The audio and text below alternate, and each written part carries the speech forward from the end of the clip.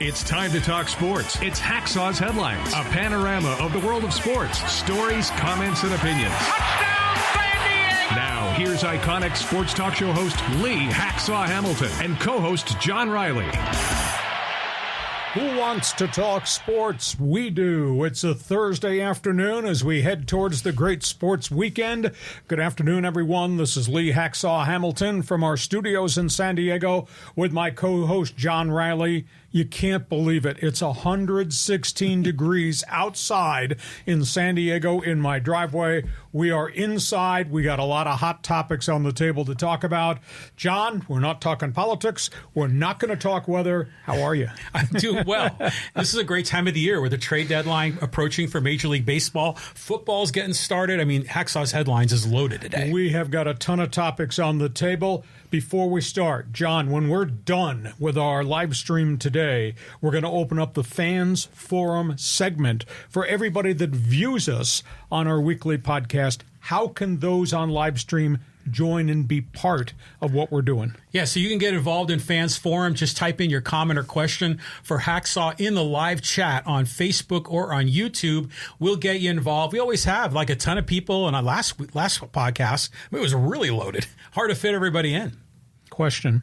What kind of idiot wears dark clothes in 116-degree weather outside your front door? Well, the kind of idiot that's inside where it's air-conditioned. Well said. Okay, let's start. We're going to talk baseball because we got pennant races to talk about, and we're marching towards the trade deadline, and a couple of bullets have already been fired. Oh, my God. I mean, the Pittsburgh Padres series was just such a disaster. Is this finally the end? What do you think? I don't think it is the end. You're talking about the end on the field, the end in the front office, the end in the clubhouse. What you talking about? All the above. Here's the burning question. I mean, the Padres are staggering. They lose 2 of 3 to Pittsburgh at home. They lost 2 of 3 to Washington at home. They lost 2 of 3 to Kansas City at home. They have never won an extra inning game. All their statistics are skewed towards abysmal. And yet, you can't buy a ticket to a home game. I mean, to me, it's phenomenal. The Padres have now had 40 sellouts at home this season, Amazing. 18 sellouts in a row. Now, I'm just curious, is there ever going to be a response from the fans to what they're seeing as this team is now 7th, fighting for 3 playoff spots, and now they're into the teeth of the next stretch of the schedule where they got to play Texas, they got to go to Colorado, they got 4 with the Dodgers, then they get first place Baltimore. I don't know how they survive this, and that's a real question you just posted.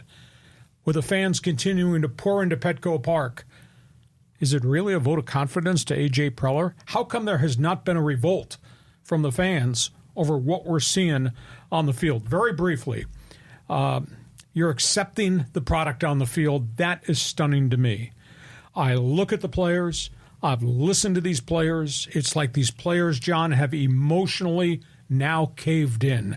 They don't have any answers. They lose all these series to substandard teams at home. John, their record against teams that are 500 or worse when they play them is 31-36. This team is 24-25 at PETCO Park. And here's another issue as we march towards the Monday night trading deadline. They're over the budget as it relates to the third tier of the luxury tax. When you take their payroll and the benefits which go into that accounting, they're at $277 million. They are already over the third threshold of the luxury tax, which means their first-round draft picks get penalized and they go farther back. And if they go over the next threshold, if they make some type of significant trade, then there's monster tax. It's like $1 per dollar. You lose international money from the signing pool. They are painted in such a bad corner right now because of that guy, that general manager, A.J. Preller. So, fans, fanatics, cheer, cheer, cheer for the home team. Is there ever going to be an uprising over what we're seeing on the field? And what's your take about what's going on in the clubhouse? It's so frustrating. I saw this graphic on Twitter, and it was like the Padre fans, they are disappointed. And then they start to win. You get hope. You begin to believe, and then you get disappointed again. And it's a cyclical thing. But the fans yesterday in the ninth inning, they were all there. Go home team. They were cheering them on. I think we're still optimists. We still think they have a chance. But I think as fans, we're just not accepting the reality of the situation. And the reality is they suck. And I hate saying that because I thought they assembled a great roster. It's just not working. You're waving a white flag. I'm saying you've got to make a call here one way or the other. I think A.J. Preller is going to go all in. But as far as I'm concerned, for the longevity of this franchise, you've got to wave a white flag and retool for next year. See, I totally disagree. You can't trade these star players. I don't know how really marketable these star players are with the long contracts and the big dollar figure.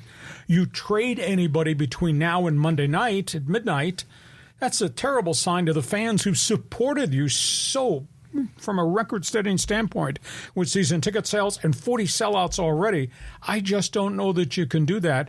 And by the way, I don't want to see any of the guys at A or AA because they've got another cluster of kids coming a couple of years from now. I don't want to see him trade any more guys away. He's traded the farm system away twice, and he's spent beyond the budget.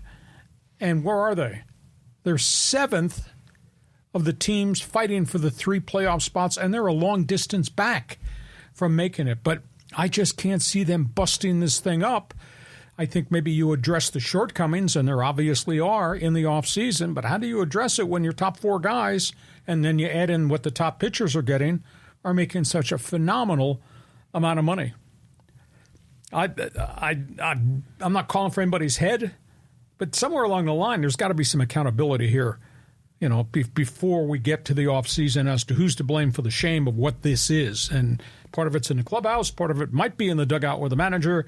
I think a chunk of it's that guy, A.J. Preller. Well, the fans just storm into Petco Park because it's a great time out.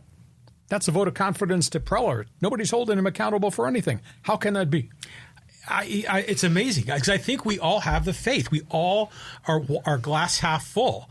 But we're evading reality, and that's the challenge here. But, you know, it's like that Einstein quote, you know, you keep repeating the same thing over and over, expecting a different result. That's what we've been doing. And so, you know, you can maybe get another guy here to plug in. I mean, what did you think about in a game where 9th inning, they had the big rally, Soto comes up with hurt his finger, but he still got a walk. And then here comes, you know, what's the kid's name? Taylor Cowley or, you know, some AAA guy, nice kid. Instead of Matt Carpenter, who's being paid $12 million over 2 years, although he hasn't done anything of late, you would think you'd want some experience in there, as bad as that experienced player has shown lately. But I concur. Now, if we're going to start talking Bob Melvin mistakes, there's a laundry list there, and Preller's mistakes. Yeah. Holy cow. Not good. Okay. That's the story on the Padres. Okay. Hey, Fans Forum question. You're on with us on live stream. Your response. You're going to continue to support this team. Give us an opinion. Is it on Preller? Is it on Melvin? Is it on the guys in the clubhouse? Let's go from the Padres to a team that has started to move some players and seems like it wants to solidify its roster. Yeah, I mean, I noticed they've already made some deals. You knew they were going to do something up in L.A. What's going down? Dodgers have made 2 trades to get infielders. They obviously have never recovered from the spring training knee injury that wiped out the season for Gavin Lux. They've tried a lot of different guys at short. They're being very ineffective in terms of what they're doing at second base. In fact, they sent the rookie Miguel Vargas back to AAA already. The Dodgers trade for utility man Kiki Hernandez. He comes back from the Red Sox in a deal for a young minor league relief pitcher, Nick Robertson. Hernandez can play a whole pile of positions. He's kind of a Chris Taylor type player. Then they make a more significant trade, which really surprised a lot of people. They traded for the starting shortstop of the Indians, Ahmad Rosario, once red-hot prospect with the New York Mets. He was part of the Francisco Lindor Cleveland, New York Mets deal a couple years ago. Rosario has hit pretty well. He's hitting .265 this season, which is less than he hit the last couple of years. Pretty athletic guy, played really well defensively at shortstop. He's kind of lagged a little bit defensively this year. But the Dodgers get this guy who's, granted, he can be a walk free agent at the end of the season, but the guy's been productive. And all it cost him is Noah Syndergaard. And there was nothing that led you to believe Syndergaard could ever be what Thor was when he pitched for the New York Mets. That to me seems to be an awful lopsided trade on behalf of the Dodgers to get Rosario. You put Rosario in a lineup with Freddie Freeman and Mookie Betts and J.D. Martinez, he's probably going to hit back to where he hit before. And the other thing, so they've made 2 trades, and they haven't moved any of their kid pitchers yet. Mm-hmm. So there's still the ability to maybe go get a starting pitcher to plug in here, whether it's a 2-month rental or it's the right to get a guy, to sign the guy to an extension, because I think everybody would want to stay with the Dodgers. So they still have all their young blue-chip pitching prospects, and one of those chips could be used as trade bait to go get somebody else's starting pitcher to plug into what right now is a rather wafer-thin rotation. So Andrew Friedman has a history of making deals, some big, some small. Obviously, the huge deal for Max Scherzer 2 years ago woke everybody up. And, of course, prior to that, the Dodgers made blockbuster deals with Mookie Betts and Adrian Gonzalez. You recall all that with the Boston Red Sox, et cetera. So Dodgers, they still got the bargaining chips, and they could take one out of their pocket probably in the next 48 hours and go get another pitcher. Response? Well, we've been talking about how they need pitching. So I was surprised to get 2 shortstops. I mean, so Vargas gets sent down to AAA. Has there been other problems in their middle infield that they need defensive players, or are they looking at them more for their bat? I think they're looking more for the bat. They made the deal in spring training to get Rojas from the Miami Marlins, and he had a good history, Gold Glove, and did hit well in seasons. Hasn't hit worth a lick at Dodger Stadium. So I think he becomes their utility guy with Kiki Hernandez. But there's no doubt that Rosario is a cut above anything that's been at shortstop since Gavin Lux went down. Okay, from that, let's go to what happened in Anaheim. And boy, there were decisions made lickety-split, and then action made on those decisions at Angel Stadium. Yeah, it was a real shocker. I mean, we've been talking about how Ohtani might be dealt, and now everything flipped on its ear. I was told Artie Moreno met with the general manager and told him, let's go all in. Let's roll the dice. Let's make these deals. Let's turn down any trade proposal for Ohtani. At the end of the day, baseball people and the national guys are reporting there have been 7 different trade offers for Ohtani. That includes stuff from the Yankees, obviously what's gone out of Dodger Stadium. The latest were Baltimore and Tampa got into the mix because they got really deep farm systems. Seattle was also in the mix. The Angels, after a week of deliberation, and when we did the Monday podcast, the bonus podcast, I told you that I had been told that the Angels are just really torn what they should do with Ohtani. And because Nevin has driven these guys to, they're winning games again. They've won 6 of their last 8. Nice. And they've had these spurts. They have bad stretches, but they're so beat up. But anyhow, Artie Moreno said, I'm going all in. Let's keep Ohtani. Let's go outside, make the deals, see what we can get done. And they did. And they turned around, and they were the ones that struck. And it's a bit of a controversial trade. They got Lucas Giolito from the White Sox, who's probably the hottest starter that was on the board. He's a walk free agent in November, but we'll worry about November in November. He can start. He's going to start this weekend in Toronto. Guy has been, I think, a rugged frontline starting pitcher, first with the Jays, then with the Sox, with bad teams around him. Now he's got Ohtani as a teammate. Now, of course, there is no Trout, there is no Rendon, but collectively these guys are playing really hard. So they get Lucas Giolito, and they get a setup reliever. Reynaldo Lopez had a 1.24 ERA over the past couple of months in Chicago. They give up a Double-A catcher. They don't need a catcher. They have a catcher already in Logan O'Hoppe that they really like. And they give up a Class A pitcher who had an ERA of +7. Now, granted, those are really young guys. Those were highly regarded prospects, but that could be 3 or 4 years down the road. They're worried about the next 2 months of the season, so they get Giolito. In addition, keep this in mind, that general manager, that Perry, had gone into the marketplace prior and had acquired plug-in guys who've got history. Mike Moustakas, ex-Royal, ex-Red, he's won 3 games for them in 2 weeks with his bat.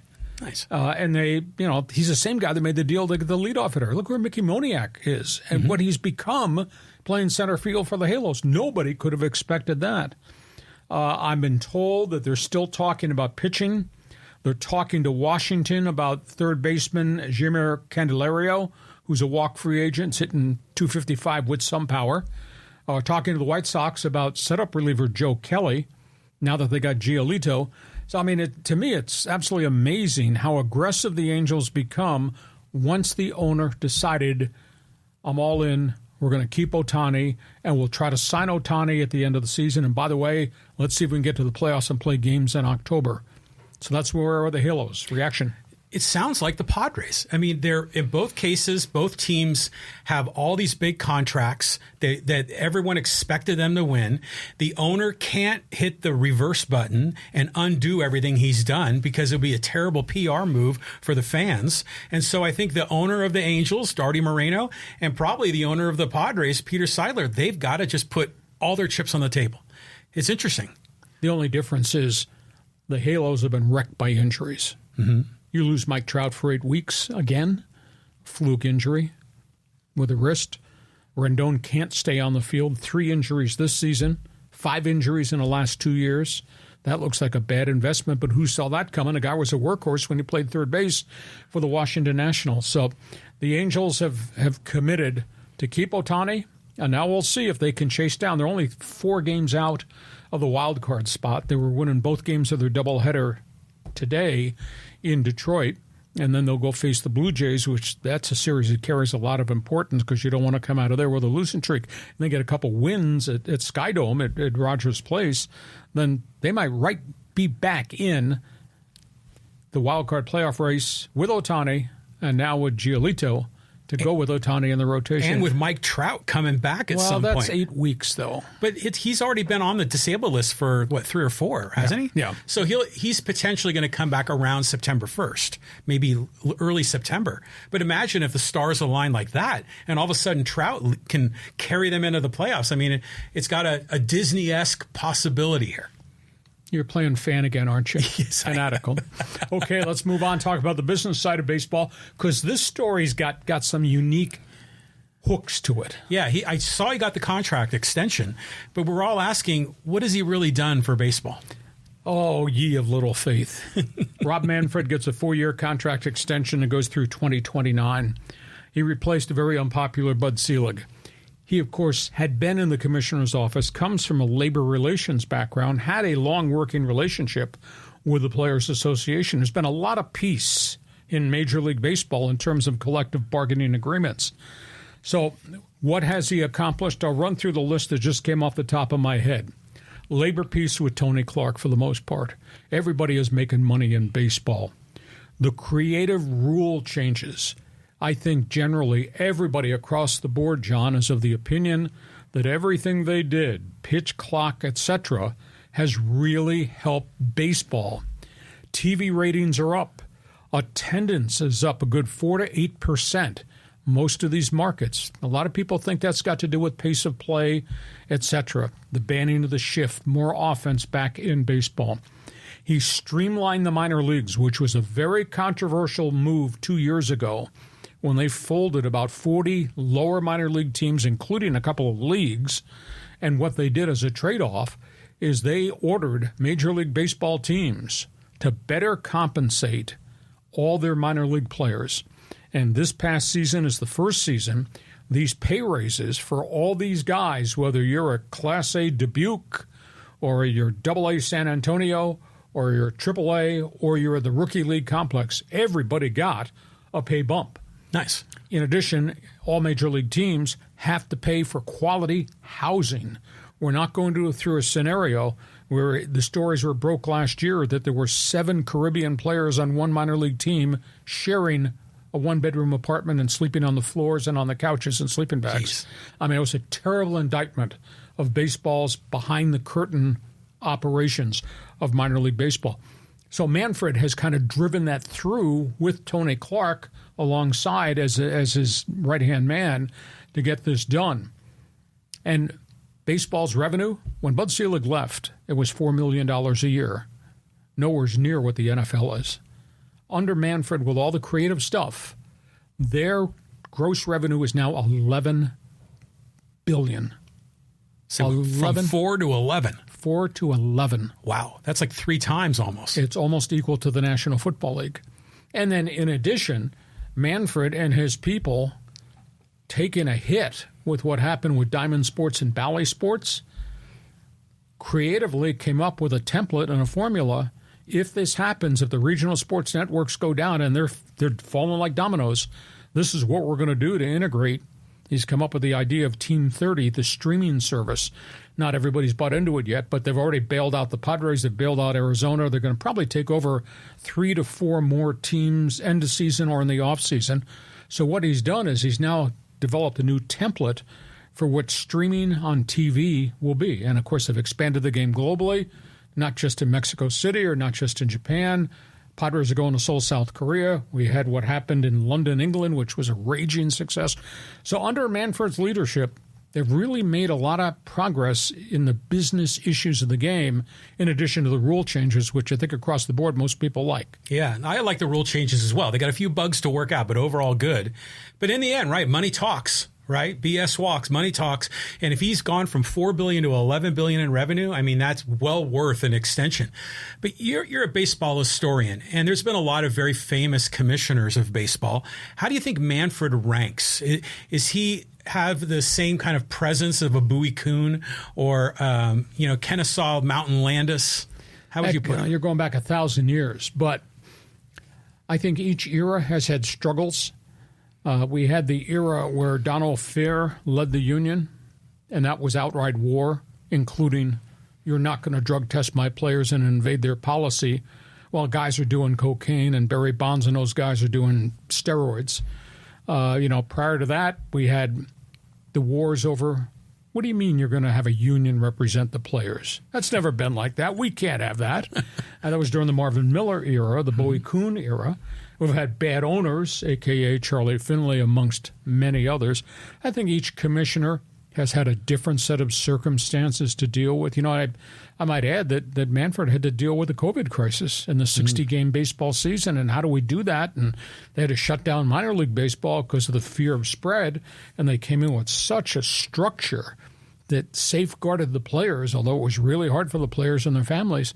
But he came through that. So I think every commissioner going back has had something different that they've really had to deal with in a crisis mode. So as much as you like to boo Rob Manfred, I think he's done a good job. Okay, before we go to football, John, remind everybody about subscribing for our Thursday podcast, our Monday bonus podcast, getting notification, because we put an awful lot of stuff up here on our YouTube channel on almost a day-by-day basis. Yeah, like day by day for sure. So subscribe wherever you get your podcasts. You can get the audio only. You can listen to it in your car while you're walking your dog or you're out on a run. You can download Hacksaw onto Apple Podcasts. All the platforms were there. Subscribe on YouTube. You click on that bell, you get the updates whenever we drop new videos and video clips. We're always dropping the shorts, the 4 to 5 minute clips from the podcast. Those all do really well on YouTube. And, make sure you just kind of spread the love, like, follow, share, and subscribe, right, Lee? Tell everybody what you're doing. By the way, I know you got spare time. You're watching us on live stream. Check my website. That's the address, LeeHacksawHamilton.com. It's all written. I write a ton of stuff. I don't care what your favorite sport is. There's a lot of late-breaking stuff there. The best 15 minutes in sports, Hacksaw's headlines, my one-man's opinion column. You do have an opinion on things, don't you? Our Hacksaw mini polls. And tell your friends, text, email, tweet. Let them know what we're doing and have them text their friends too. So give us a thumbs up. Give us a 5-star rating. We enjoy that, too. John, on we go. NFL training camps are open. Boy, we got stories. Yeah, and Justin Herbert got paid. You've been talking about this was coming. It was, and I was a little surprised he got paid before Joe Burrow in Cincinnati got paid. Justin Herbert should buy beer for all of us. He's got the money in his checking account now. Unbelievable. $52.5 million per year. Justin Herbert signs his $252 million total contract. He blows by what Jalen Hurts got after the Super Bowl in Philadelphia. He has now exceeded, obviously, what Lamar Jackson got in Baltimore. He's got more money average and guaranteed than the controversial Deshaun Watson got. Phenomenal deal for Justin Herbert. He winds up not only with a 52.5 average salary, which is the tops in pro football. He gets $133 million guaranteed. That's a tops in football. So that situation's been solved. Now we wait to see what Joe Burrow gets in Cincinnati. On the field in camp, the biggest free agent acquisition for the Chargers might be their new offensive coordinator, Kellen Moore. They're on the field for the first and second day of workouts. His linkage with Justin Herbert's been amazing. I mean, they're together all the time, creatively reworking the Charger playbook, which now looks a little bit like the Dallas Cowboy playbook.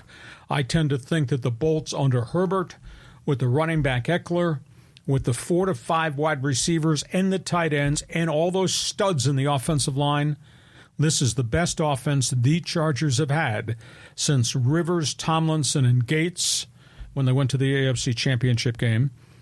And although this may be a reach, this could be as explosive as Air Coryell and Fouts, although I can't compare anything that's on that roster right now with Kellen Winslow and Charlie Joyner and John Jefferson and all the Wes Chandler, all those guys, Chuck Muncie, etc., James Brooks. But I think this has the potential to really be good. And they're going to need to be good on offense because I don't think they have enough defense. Tom Telesco and John Spanos are a combined 81 and 86 in the 11 years since they took over the operations of the then San Diego Chargers. They have only 2 playoff wins in that 11-year span, but they have been building towards this. They've come through all these bad injuries. They've continued to find guys who can fly on offense. They've looked and discovered an Austin Eckler that nobody wanted to draft. So, I mean, this team, I think, is poised to have the breakout step across the line season, and we need to enjoy it. As much as we may hate Spanos, we do like Justin Herbert. We need to enjoy it because this team's going to be in excess of $60 million over the salary cap for next year. So the roster we have right now in training camp, not going to be the roster we're going to have a year from today when we're doing this podcast. But I just think offensively, they've got so much firepower. Oh, yeah, they're loaded. But, Justin Herbert, great quarterback, young, bright star, certainly deserving of a lot of money, but he got the biggest contract in NFL history. What has he won? He hasn't won any playoff games. I would expect that Joe Burrow should make a lot more than what Justin Herbert got. I think the reaction around the nation is, wow. Now they know how good this kid is. Kid's thrown 94 touchdown passes in 3 years with a ragamuffin team around him. It's been beset by injuries every year, and he was hurt last year. But he's never won a playoff game. He's only 25 and 25 as a starter. Joe Burrow has won playoff games. Last I checked, Joe Burrow was in the Super Bowl with the Bengals. So, yeah. But it's like everything else in the NFL. Every time a left tackle signs a contract extension, it's higher than the last left tackle got. Yeah. And the same thing happens with pass rushers. And the same thing happens with quarterbacks. So Joe Burrow will get his money, hopefully before the start of the season. And I would assume it'll probably be $54 million per year because that's just the way the NFL has gone. Okay, from that, let's go to college football because this is a bulletin. Yeah, I mean, lots of late-breaking news here with the Big 12 and the Pac-12. Let me try to set the storyline for you. This rumor had been out there for about 3 weeks that the Big 12 had talked to Colorado, and Colorado suddenly was expressing interest in maybe leaving the Pac-12 and going back to the Big 12. Within a 24-hour span, the Big 12 presidents meet, and they vote unanimously to offer an expansion berth to readmit the Colorado Buffaloes, who used to be in the Big 12 for about 12 years, and before that in the old Big 8. Colorado's Board of Governors called an emergency meeting Thursday afternoon.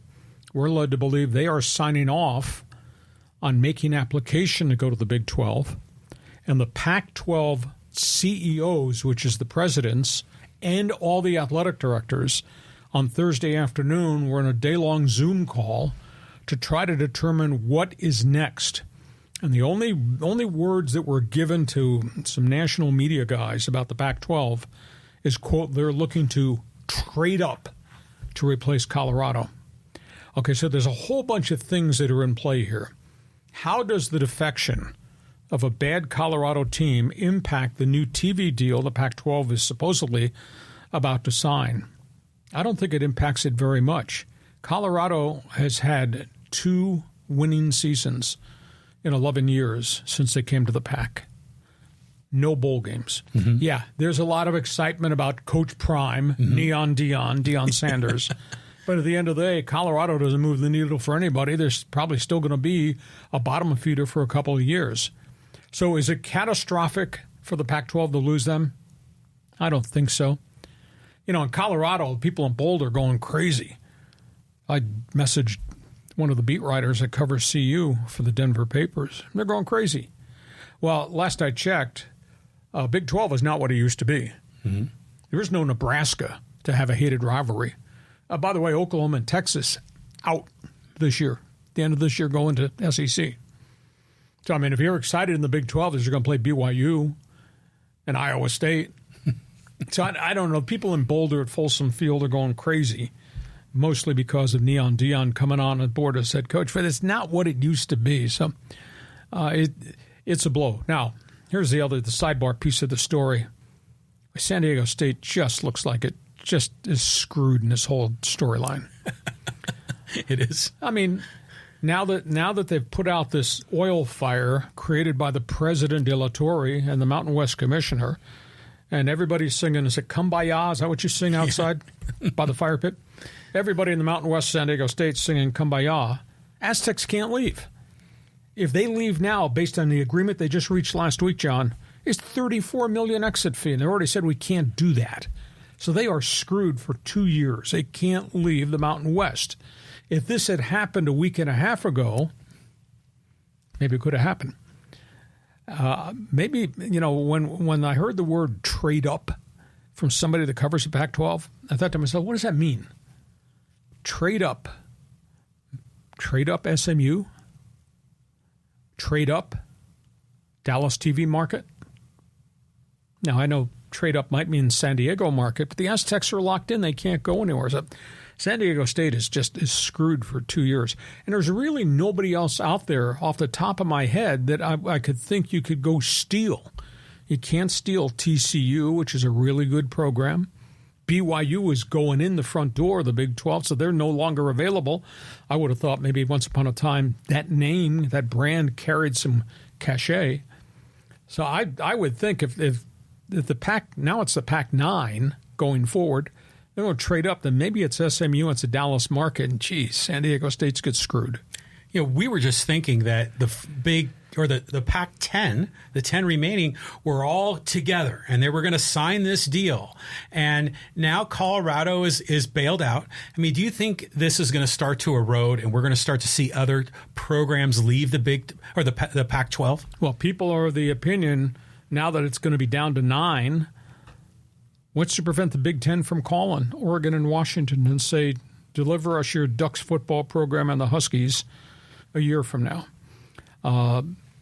Unless those schools have signed the deed of grant, which would lock them into the new TV contract. The deed of grant has not been presented on paper yet, only because the contract is not done with the 3 network providers the Pac-12 is negotiating with. To me, it's just a really tough call. You could go to the Big Ten if you're Oregon and you're Washington. But what does that do in the state legislatures of those states, which apportion money to Oregon State, Washington State? Mm-hmm. What does it do to that relationship? Does it fracture it? Does it create real chaos? I think that's a sidebar story that somebody has to pay attention to. The other thing, because the deed of grant has not been signed by anybody yet, because the TV deal is not done in the conference, Colorado doesn't pay an exit fee. They play 1 more year under the old deed of rights, and June 1st of 2024, they go, and there's no exit fee because the deed of rights has expired. So there's just so many moving parts to this. But why did Colorado leave the Big 12 in the first place? They weren't competitive in the Pac, and they've had all types of affiliations for decades, being a member of the old Big 8, and then obviously when it became the Big 12, But those days are gone. Those teams are gone. Yeah, they are. I mean, I'm sorry. There is no bitter rivalry with Bob Devaney in Nebraska. Mm-hmm. Same thing with Texas, Oklahoma. They're out the door. I just don't think the Big 12 outside of Oklahoma State is a real sexy conference right now, and yet Colorado thinks we're going back to what we were. Well, where you were during the Bill McCartney era is very different now from where it is today. Mm-hmm. Well, it's just the Coach Prime angle to this is the other wild card, because even though the team is not expected to do great, they will be a sensation and they will get a lot of viewers. So I know this is just intriguing. But thinking of it as the Pac-12 program, Denver is like on the other side of the mountain, the Rocky Mountains. So it doesn't feel like it was really never ever connected to the Pacific in the first place. Well, that's because they were bad. If they had been Colorado in the Bill McCartney era, national championship type caliber, that would have been a sexy addition to the Pac-10 conference. But they weren't because they fell into disrepair. Looking back, you remember the name Dan Hawkins. He was a head coach at Boise State. He's the one that actually put Boise State on the map. Okay. And he moved around. He wound up at Colorado. And I thought, what a great hire. And it fell flat on his face. He just didn't recruit, couldn't recruit, and he wound up getting fired. And they just have been down forever. Like I say, 11 years in this conference out here, 2 winning seasons in 11 years, no bowl games. Wow.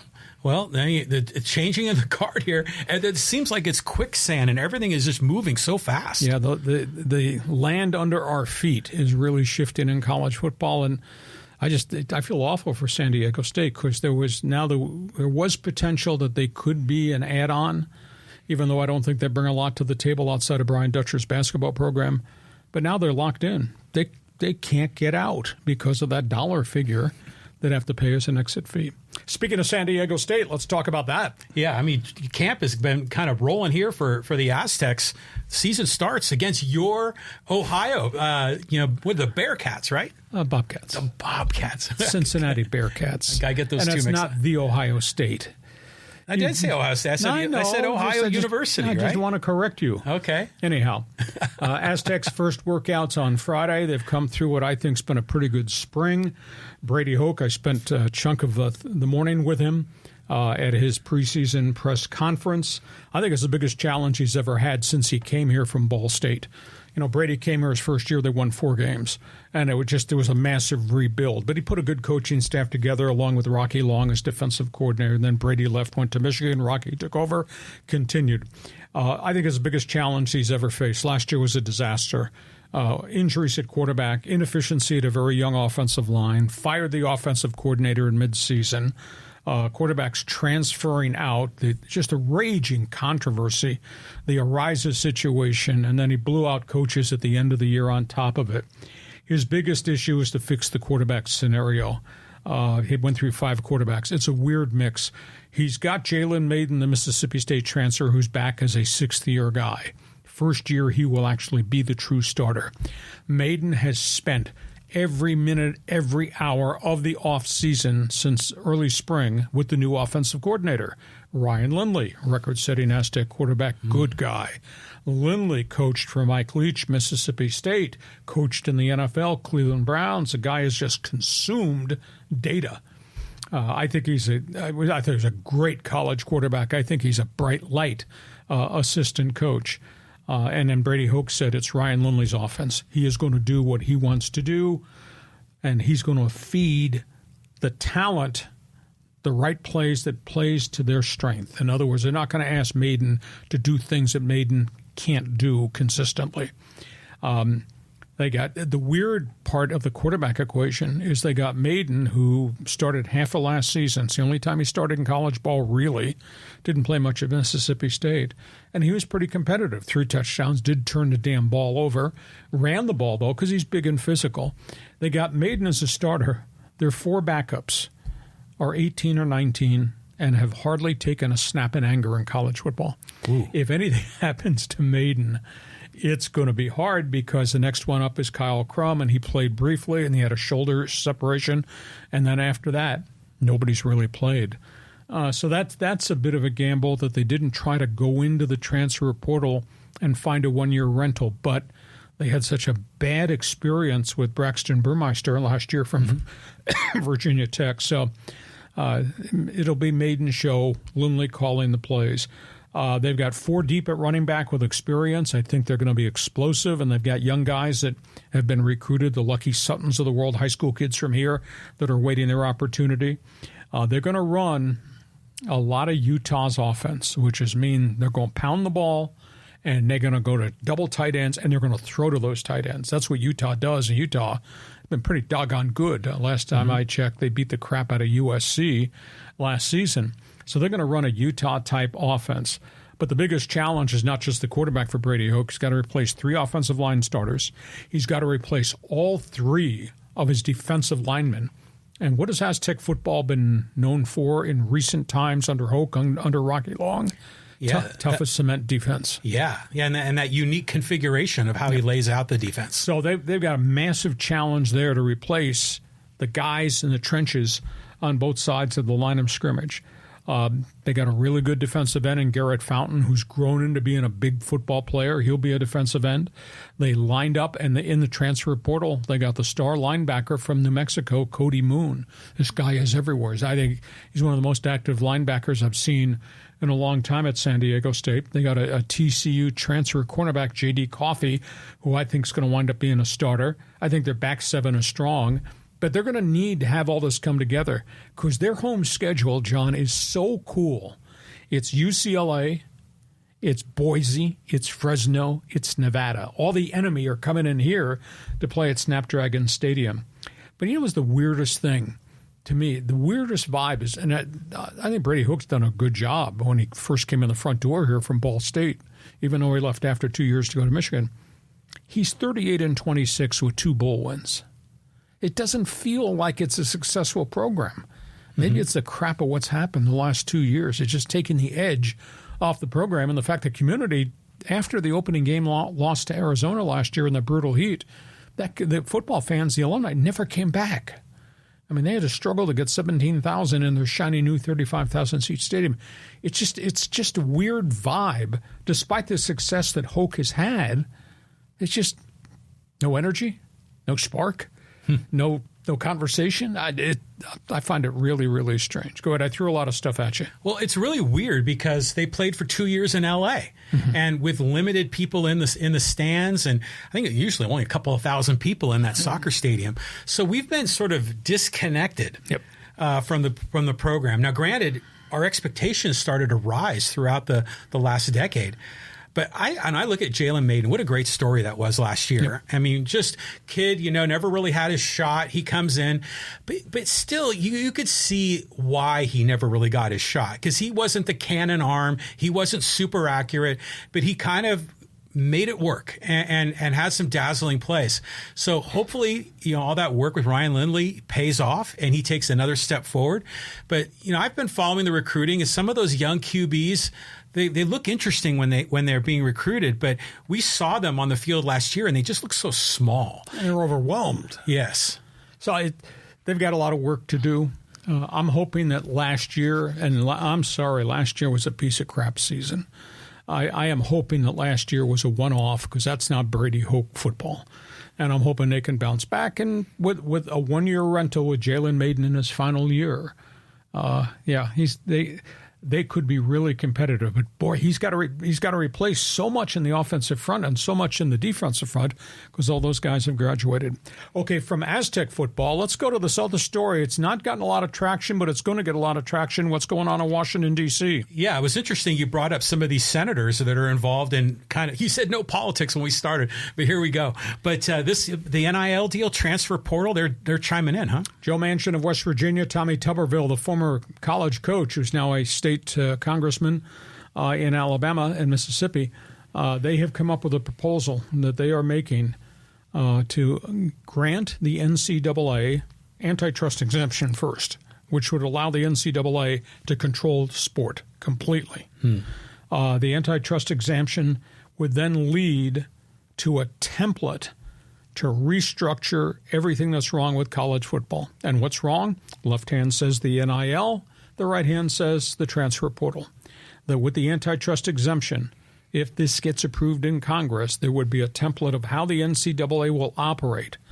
And the things that they are proposing, every group that would pour money into an NIL pool, you're at Miami of Ohio, you're at Washington State, whatever, has to be sanctioned and contracted through the NCAA. There will be a structure, a template for how every NIL program operates. There will be registration. There will be enforcement. You're not going to be paying every player $200,000 a year like they do in Texas. There's going to be medical coverage for players once their careers are over if they have health issues based on injuries that they got while playing at Purdue. There's going to be a change in the transfer portal. Then this is going to be controversial, but it's going to stop what we're seeing the last 2 years. John, you go to school, you play 3 years. You can't enter the transfer portal till you've been on that college campus at Bowling Green 3 years. Oh. Then you can go into the portal, one-time transfer. Mm-hmm. You can't have all this junk where these guys are going to 3 schools in 3 years. Yeah. And that's happened. Yeah. So they're putting that package in. I don't know how they're going to get the last piece negotiated. But I always wondered with the NIL, how does that impact Title IX? Title IX, which gave equal funding athletically to men and women. Under the Manchin-Tuberville congressional proposal, there would be equal pay NIL for male athletes and female athletes. Now, if you've got a program that's got 18 intercollegiate programs, do you pay every player the same amount? Or I'm not sure how that's going to be negotiated, but that's the last part in the Manchin proposal. So it's fascinating that Congress has now stepped front and center and said, we ought to fix this because this has been destructive. I have not talked to a coach in the last 2 years that think what's happened with the NIL, and they'll hide under the umbrella. Well, I'm glad the players are being taken care of. But like Brady Hook said yesterday, what about us? What about our programs? What's it doing to our programs? I haven't met a coach that thinks the NIL is been properly executed, and I don't know anybody that thinks the transfer portal, which has led to player free agency, is good. There's got to be different structure. And if Congress passes this and then hand carries it to the NCAA office and says this is how it's going to operate, and you're going to control it, and you have the authority to control it, that's where we are. Wow. That's a lot there. I mean, of course, it's hard on Brady Hoke and all the other coaches to manage this because you got players going out the door, new ones coming in, you're trying to figure out how to pay them and all. But from the player's perspective, the NIL and the transfer portal is fantastic. Sure. You know, it's just like we, in the private sector, when we have a job, we can quit our job and get a new job and change jobs every year if we wanted to. So I like the NIL and a transfer portal from the player's perspective. But what is interesting here, it's a little bit of an angle, but in Washington, D.C., they're always condemning, companies from becoming monopolies. And now here they're essentially endorsing or creating a monopoly for the NCAA. Well, but the players do have rights, and all this will be negotiated, but at least there will be structure. You won't have the Wild West. What's gone on at Georgia? What's gone on at Texas A&M? And what's happened to the group of 5 schools where not only do you recruit players, develop players, you're going to lose the players because people tamper with them. And then you got to re-recruit the guys who came to play for you to make sure they don't leave. And then you got to recruit the families. Yeah. There will be money for players. There will be opportunities. There will be exceptions in the transfer portal. A coach gets fired. Players could probably go into the transfer portal at that point. But we're not going to have these guys go into 3 different schools in 3 different years just so they can throw a football down the sidelines. Well, then we don't get Jaden Ledee at San Diego State, do we? Because he transferred 3 times, didn't he? Mm-hmm. So, yeah, it's everything is going through this evolution.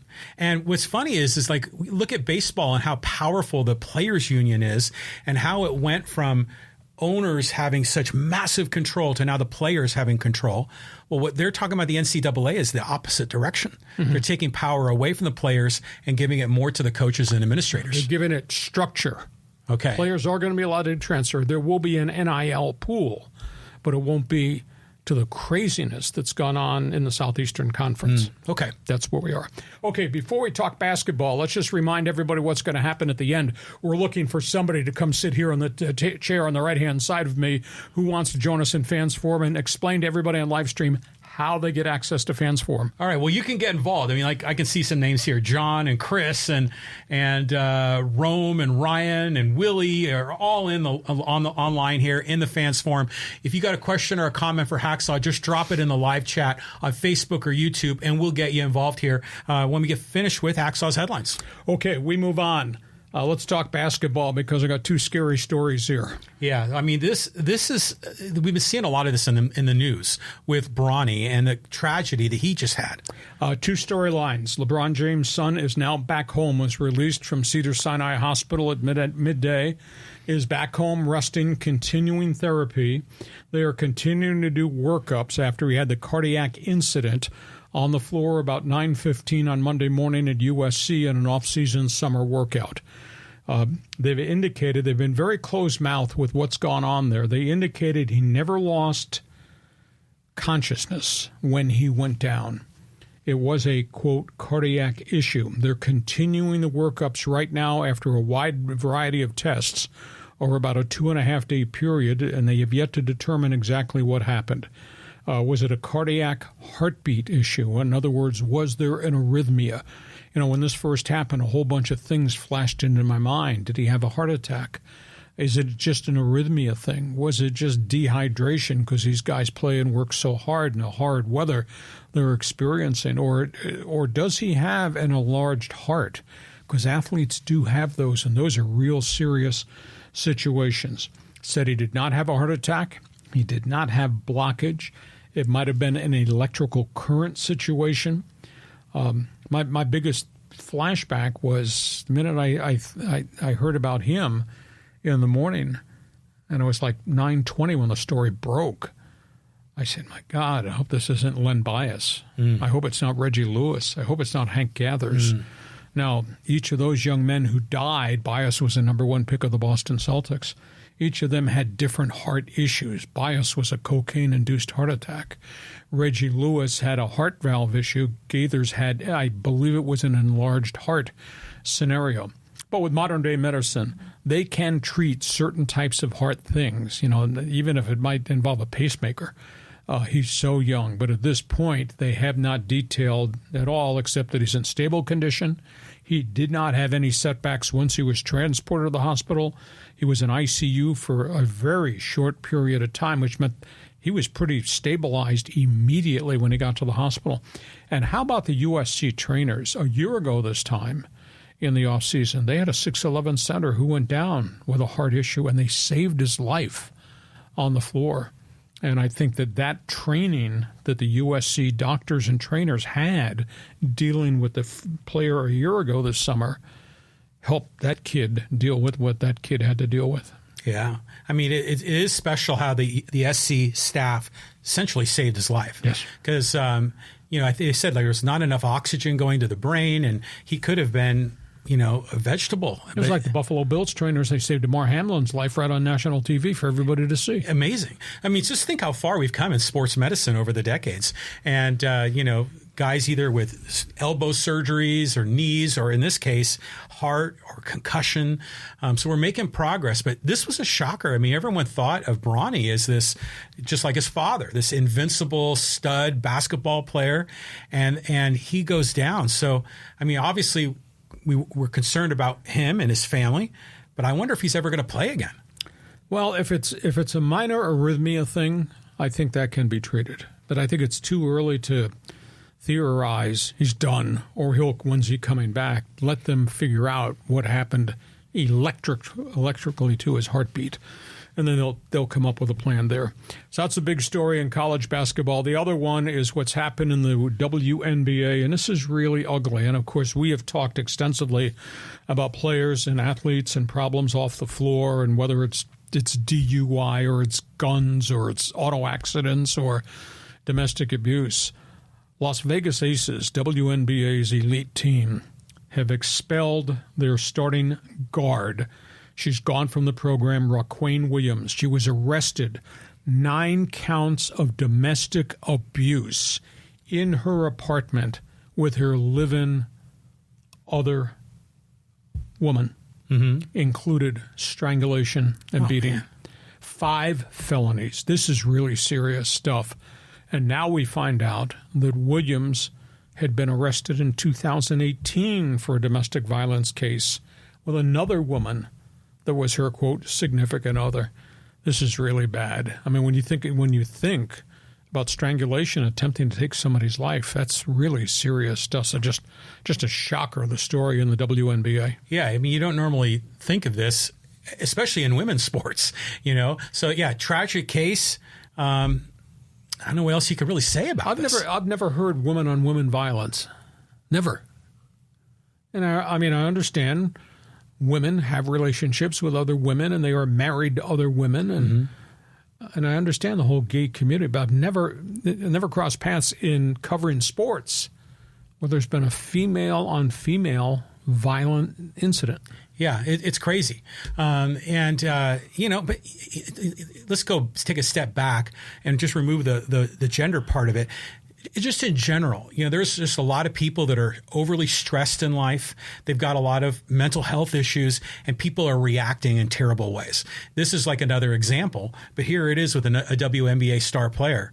It's just tragic. Who had a track record. That's the other thing that's amazing to me. Okay, we go from that. Let's talk about women in soccer. Oh, how about Team USA? Yeah, I watched the game last night, and they didn't win, but it was a great match. Team USA has got 1 game left in Group E play. They'll play Panama come Tuesday. They are tied for first place with the Netherlands. What a strange game. And John and I, our Monday bonus podcast, we talked a little bit about what to expect in this game. And so we've got a Team USA side that's got a really young group of forwards and players.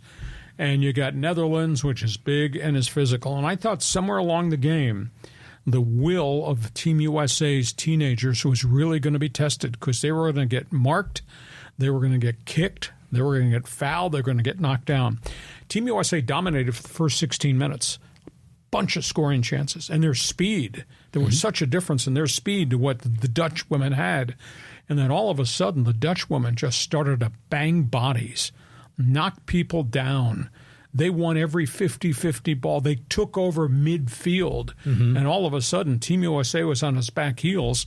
And then you see the Netherlands go down the field. You could see their offensive build-up, and you could see USA backing in on the keeper and just not being able to challenge. And then just like that, the Dutch scored a goal right in front, and it's 1-0, and suddenly the whole field changed. Well, the Dutch dominated from about the 17th minute till about the 62nd minute. And I thought, holy cow, they're in trouble. And then Team USA rallied. Sophia Smith just kind of took control of the game with her speed, and they started to attack from out on the edge, and the Dutch couldn't cover the full breadth of the field. And then all of a sudden, Lindsey Horan, with a header off a corner kick, knocks it in. And she just physicaled her way into position, got up and deflected it in, tie game. And then the U.S. it was like they lit a fire, like they threw an ignition switch. Sophia Smith had a drive that was deflected at the top of the crossbar. Probably should have gone in. She had a shot coming in off the left wing that just missed the inside post. And she fought around the defender to trigger the shot with her left foot. She had a blast from point-blank range that was knocked down by a fullback right in front of the goalkeeper that could have gone in. So all of a sudden, they just really rallied, and they almost came up with a victory. 1-1 tie keeps them in the hunt. All they need to do now is even if they get a scoreless tie with Panama, though I think they should beat Panama, they're going to move on to group play in the knockout round. And so this team is growing up. It's just not Alex Morgan. It's just not Megan Rapinoe. We see all these young stars, 18, 19, 20, 21, just coming together, have not been intimidated by this level of play. Now, granted, the Netherlands was a much better, tougher test than Vietnam. Portugal's decent, but once we get to the knockout round, that's a whole new world. Yeah, this is just really fun to watch. And Sophia Smith was just really dynamic with her ball handling skills. But how about Lindsey Horan. I mean, that girl is tough, and she was dropping forearm shivers on, And she's getting fouled a lot too. And she was, and there was a battle going on in the field with those players. So they showed a lot of toughness as well. And for her to get in and get that header was huge. But I look at the program and all these rising stars. Trinity Rodman was handling the ball a lot, had a lot of opportunities. It just seemed like the Dutch were prepared for what USA offered, and that's why they control the middle portion of the game. But you got to play 90 minutes, and that speed came back. And just like at the first 16 minutes, USA was really faster, quicker, getting good shots off. They came back after that 60-second minute, and they retook control of the game. So this is a really, really good team. Okay, it's time for Fans Forum. You got questions, we got answers, you got statements to make. We want to hear what you've got to say. Thanks for being with us on our live stream. John, you think you fill that screen with people who want to be part of this thing? There's a ton here. So let's go to John Hopkins. He goes, what about Colorado getting voted in to return the Big 12? Is this the obituary for the Pac-12? At this point, no, because the Pac-12 just, as I said, they were holding this emergency CEO AD get together this afternoon into the evening, and they say that they're going to, quote, trade up, and I don't know what that means. Trade up mean they're going to go steal somebody else from somewhere? Are they going to retaliate? Would they take somebody out of the Big 12, even though the Big 12 has a new TV contract that will kick in a year from now? It's going to be fascinating to see. I do think, though, that San Diego State is now backed into a corner that I don't think they can get out of. And I don't think, in all honesty, that the Pac-9, that's what it's going to be, wind up being.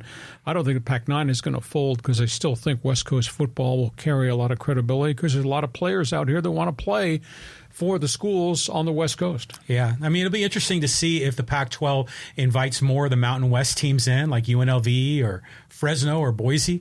But, it's funny how you talk about the Pac-9 because the Big 10 doesn't have 10 teams, and the Big 12, last I checked, don't have 12. So it seems like the number doesn't matter.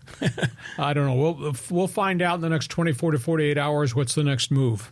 On we go. On we go. And this one here is from Chris and talking about the Padres. And he says, also, they don't have a jerk manager who will get pissed off and yell at them. Melvin coached a bunch of young players at Oakland. Now he has multimillionaire veterans, stars. A big difference. Chris, I guess the question is, are the players listening to him? And I raised a question on the Monday bonus podcast. If you missed it, you ought to go back and check the Monday podcast on our YouTube channel. As the general manager told the manager, you're not going to beat up my players. Or the players running the clubhouse. Big issue. It just doesn't seem that there's any chemistry, John, to Padre baseball. Bunch of good individual players. None of them are hitting up to their career averages, and that's probably a piece of the equation. They're all making all the money, and the rest of the roster's just rags. It's not a collectively good baseball team. Well, you were saying last Monday that A.J. Preller is probably instructing Melvin and other people in the organization to not criticize the players. You still believe that? I kind of do. Because how could all this inefficiency just go on and on, unchecked, with no public outcry or critique? I mean, you look at managers in the past who have just obviously stood up and said, you're not earning your pay. I don't see any of that coming out of Petco Park right now. And I understand your players are being paid really well. You want to create as good an environment as you can. But, pal, when you're 49-53 and you're in 7th spot fighting for one of 3 wildcard spots, it's just been allowed to go on and on and on with no accountability. Yeah, it's driving us bonkers here. Here's another comment from another live stream fans forum. This is from Rome Loves Dan. It says, definitely more frustrating San Diego season than some of the fire sale teams in 94 through 99 eras. I think this is the most frustrating thing I've ever seen. Now, I will tell you that the fire sales under the Tom Werner ownership group I thought were disgraceful. But to have this level of great talent and then to have it underachieve with the kind of consistency of underachievement it's had just absolutely drives me crazy. I mean, how do you have a sub-500 record against every bad team in Major League Baseball? Is there an answer to that, except that they're not playing real well together? Maybe they're not playing with enough intensity together. And how do you have a sub-500 record at home? It's not like some of these other teams that have been destroyed by injuries. I mean, the New York Mets are having an equally bad season, John, but they had 7 pitchers go down. The Yankees have had 7 pitchers plus Judge plus Stanton with significant time on the IL. Padres have not had a catastrophe of injuries. They've got a catastrophe of just gross underachievement. It's the San Diego sports curse. Okay. It's just, it always happens to San Diego teams. I mean, the Aztec basketball run last year maybe is an exception, but this just drives us crazy. But you were there for the fire sale, I mean, in the early 90s, and that was a terrible time for Padre fans. Sure, exactly. There was no rationale. The Kroc family sold the franchise to Tom Werner. It was coming out of the horrors of what was the financial cover-up that all the owners got hit. Was the collusion? Collusion. Mm-hmm. All of a sudden, Tom Werner and his group bought the team. We own the Padres. We're doing this for the good of San Diego. And then they got the bill that they had to pay for collusion, and they absolutely freaked out. And all of a sudden, oh, no, we're not doing this. We're not spending my wealth for this team and pay the collusion on top of it. And then they go to Joe McIlvaine. Sell those players. Trade those players away. Goodbye, Fred McGriff.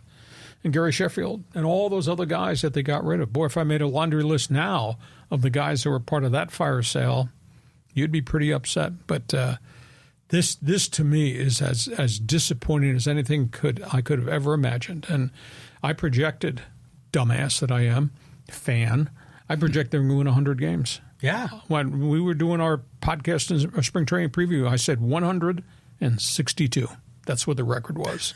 Look at that. They don't even have 49 wins right now. They don't. And think about the enthusiasm for the Fan Fest before the season started. And it was a zoo. There was so much excitement, so much optimism. And now it's like, everyone is taking shots of whiskey because they can't handle it anymore. Well, there'll be changes in the offseason. If this turns out to be a non-playoff season, there have to be changes.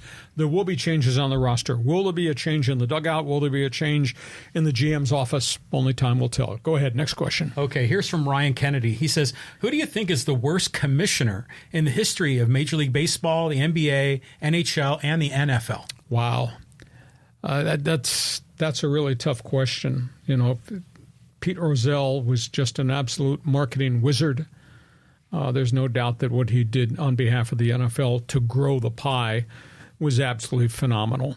The game is very different right now under Roger Goodell because the players are powerful, the union is powerful. It is big business than we've ever seen. I think it's a much more complex era to run a professional league. Baseball, every commissioner had a different challenge, whether it was the Black Sox scandal under Judge Landis, whether it was racism, whether it was drugs, whether it was a strong union led by Marvin Miller, a worse union led by Donald Fear, which allowed all this drug abuse to go on, steroids, etc. So every one of those commissioners have had struggles. I think David O'Brien in the NBA was a great commissioner. I think Adam Silver has become a much better big business commissioner in pro basketball, though I think the players run the league right now.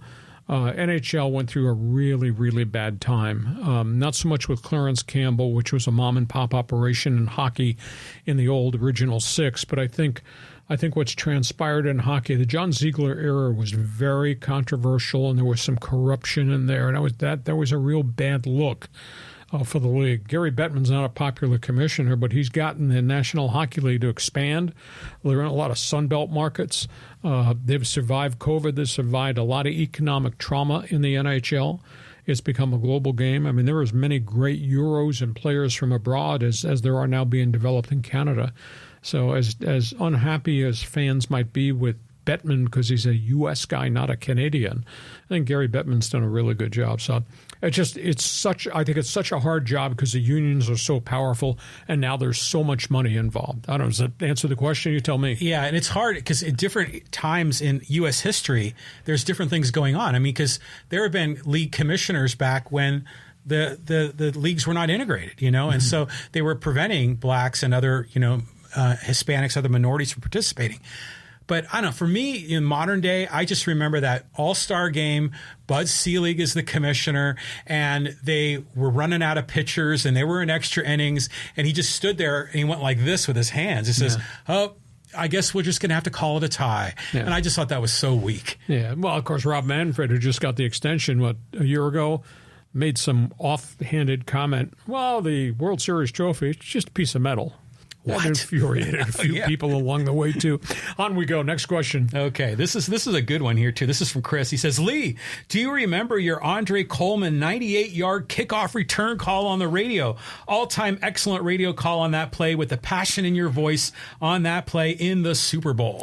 Yeah, that was about the only play we made in the Super Bowl, too. The Super Bowl. People bring that up to me all the time, and my stock answer is, yeah, that was tough. The Chargers lost to one of the greatest offenses that modern-day football ever saw in Steve Young.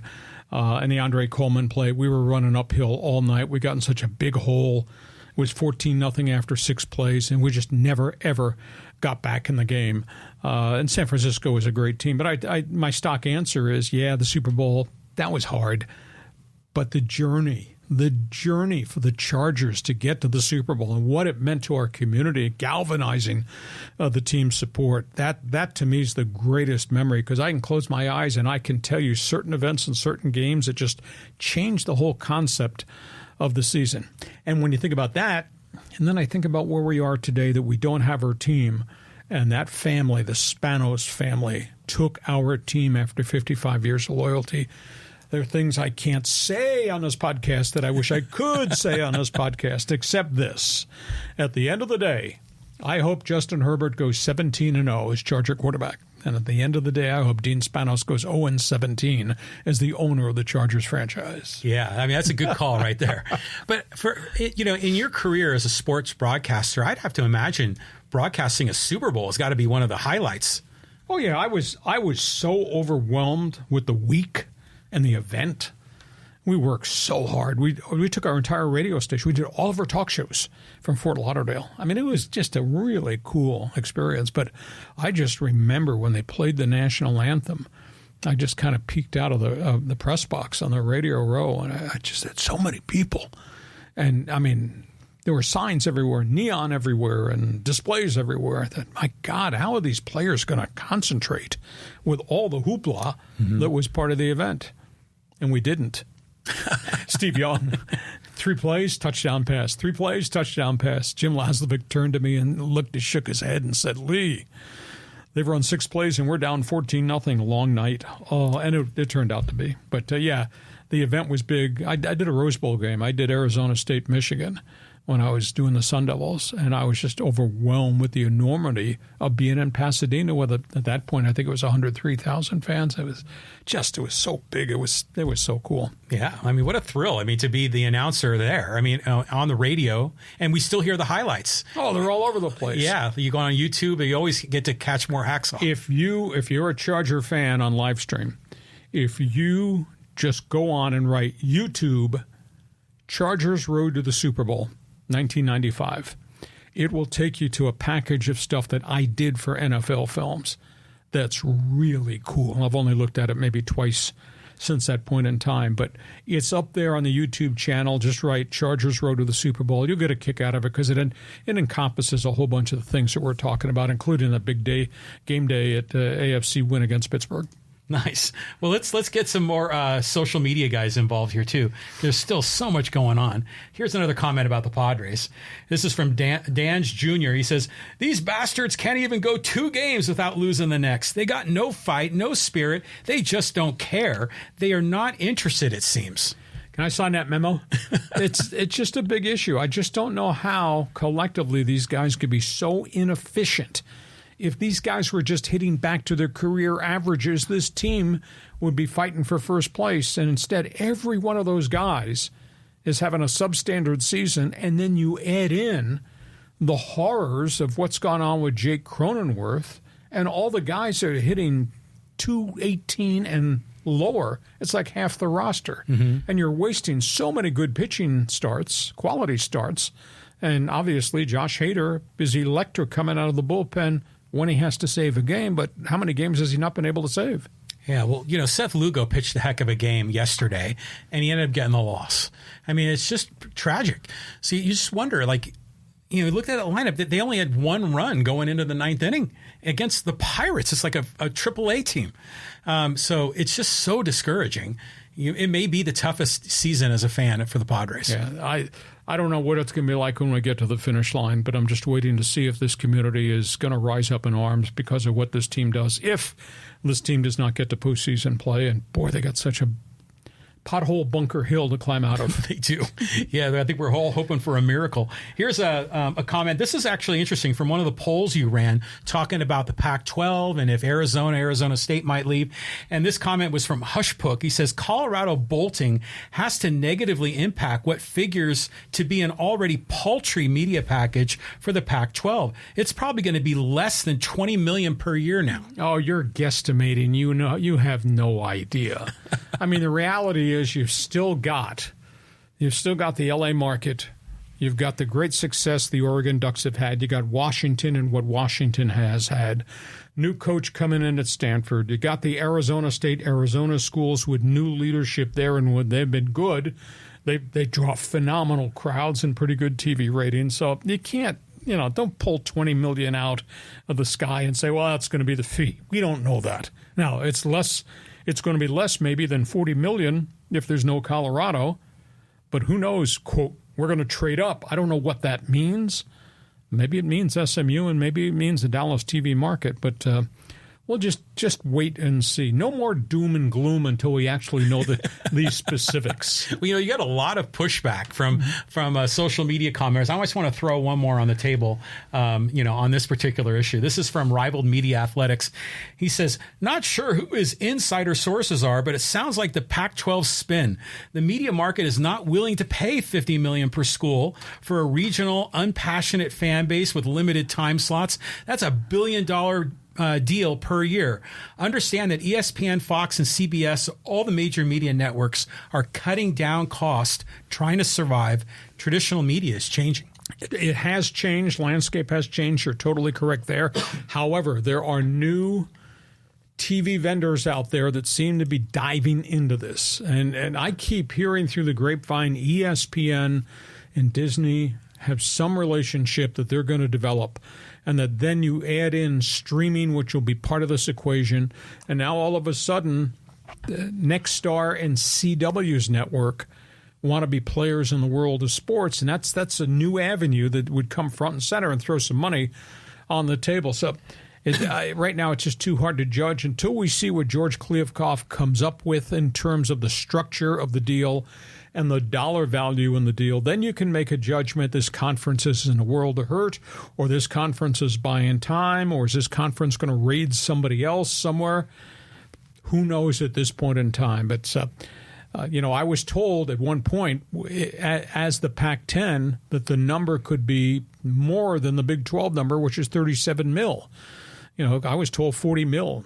And maybe if they add there are certain schools, and I don't know who those schools would be because I don't know there's anybody left out there to go get, that this thing could go 45 to 50 mil. But it's obviously been hurt a little bit by Colorado. But at the end of the day, with apologies from anybody in the 303 area code, what the hell does Colorado bring to any conference right now? Not in football.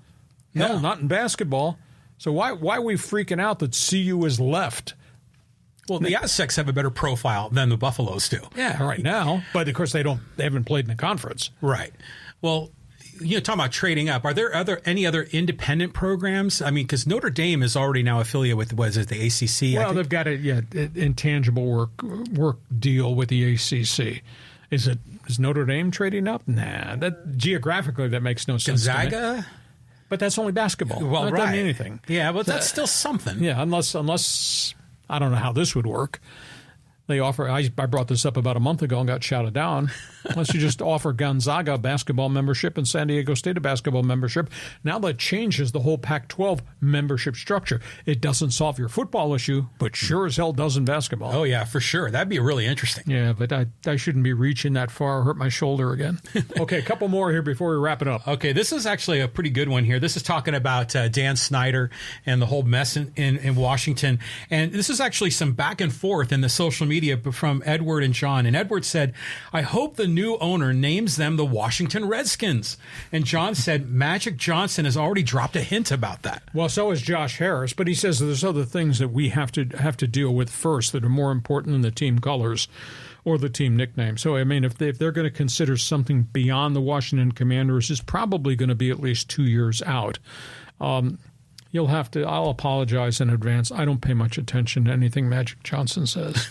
He's owned a piece of this and a piece of that, and he wants to be a spokesman, etc. And that wears off after 15 minutes, and you don't listen. He's not an important guy in the ownership of the Dodgers, and he wants to own all these other businesses, which is great, but he's not a spokesman for the Washington Commanders.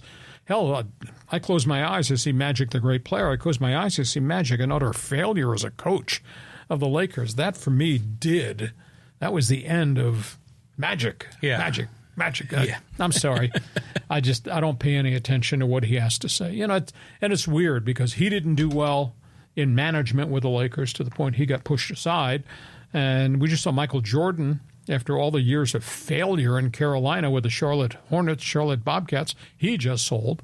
And Larry Bird, the great success that he had as a player did not necessarily generate itself to become a great NBA general manager or front office executive. It's kind of weird. Yeah, it's a lot harder than it looks, That's right. When you're balling on the court and you look up in the owner's suite, you figure, those guys, they don't really have to do much, but it's a tough job assembling a team. But going back to the Redskins idea, I don't think they'll ever go back to that name Redskins, but the Commanders was such a weak rebrand. It just gave no excitement. So it'd be nice if they came up with a new name that worked, and I love the color scheme. Well, I love the color scheme. I was not offended by the name Redskins. I might be in a minority there. I mean, there was such history and legacy there, but there was a problem because George Marshall, who owned the team, used to be the Boston Redskins, became the Washington Redskins. He was a racist. They were one of the last teams in the National Football League to actually integrate. So the name probably had to go, but there were so many other names out there that you could have had something like, quote, the Washington Generals, but that was the that's like the Harlem Globetrotters. That's right. That's from a different era. But there were some creative things you could have done with the military. Oh, yeah. But they didn't do it. So, well, we'll see where this thing goes down the road. But let's give Josh Harris his space and see what he does in terms of changing the structure and the culture of Washington Commanders football, and then we'll worry about the name change, et cetera. They got to get a quarterback, and they got to get better on the field. They do have a great defense, but we'll talk more about that as we go towards opening day when we actually do our NFL preview. You want to do one more here? Yeah, let's sneak in one more, and this is, I guess, a Gruden comment, and this was from PR223 on Instagram. He says, I've always hated Roger Goodell, and I really hope it comes out where he's guilty. Always liked Chucky, and it was hard for me to believe that he did the things that he was accused of. His name was on the emails, 7 or 8 of them. I always got the idea that John Gruden, as great a coach and personality on TV as he was also looking down at the world, and that was just his ideology and how to operate, and that was a real problem for me. And I'll just spin back to what I said a couple of weeks ago. He wrote it. It was in his heart. He thought it, and then he wrote it. And now his NFL career is over. Now, how it got leaked, who's to blame for that leak? I don't know whether it was Goodell. I don't know whether it was Dan Snyder. I don't know if it was DeMaurice Smith, the head of the union, who was racially slurred by John Gruden. Obviously, it got out. But why would you do that? In modern-day society, Why would you do that? It was in his heart, and that to me is a terrible, terrible turnoff. Yeah, it was crazy. And we've always thought, say what you will about his attitude, and we always thought he was a smart guy. But that was such a dumb thing to do, to not only, be racist in 2023, but to put it in writing with your name on the email. I mean, what a dope for doing that. So, but still, here's a fan that loves Chucky, but still is down on Roger Goodell. We're talking about commissioners. There's a lot of fans that don't like Goodell. A lot of fans don't like any commissioners in sports. I understand that. That's where it is. Hey, listen, we hope you have enjoyed our Thursday podcast. We are here Thursdays. We do a Monday bonus podcast. Occasionally we let John in from left field. I wish I could show you the picture on my cell phone, John. It's 116 degrees in my driveway. I believe you. 116. But listen, Want you to share. Go tell everybody you know about what we're doing on our podcast. Please sample my website. It's all written. We pour out a ton of information on my website, LeeHacksawHamilton.com. Give us a thumbs up. Give us a 5-star rating, and tell all your friends, share what we're doing. John, have yourself a great sports weekend. Why the hell are you wearing dark colors when it's 116 degrees outside? Yeah, What's wrong with you? I'm in the air conditioning, so it's all right. Hey, thanks for being with us. Have a great sports weekend. Thanks for being part of Hacksaw's Headlines. Join us again for Hacksaw's Headlines on YouTube, Facebook, and Twitter. And find the audio version on your favorite podcast app. Touchdown, San Diego! For more content, go to LeeHacksawHamilton.com.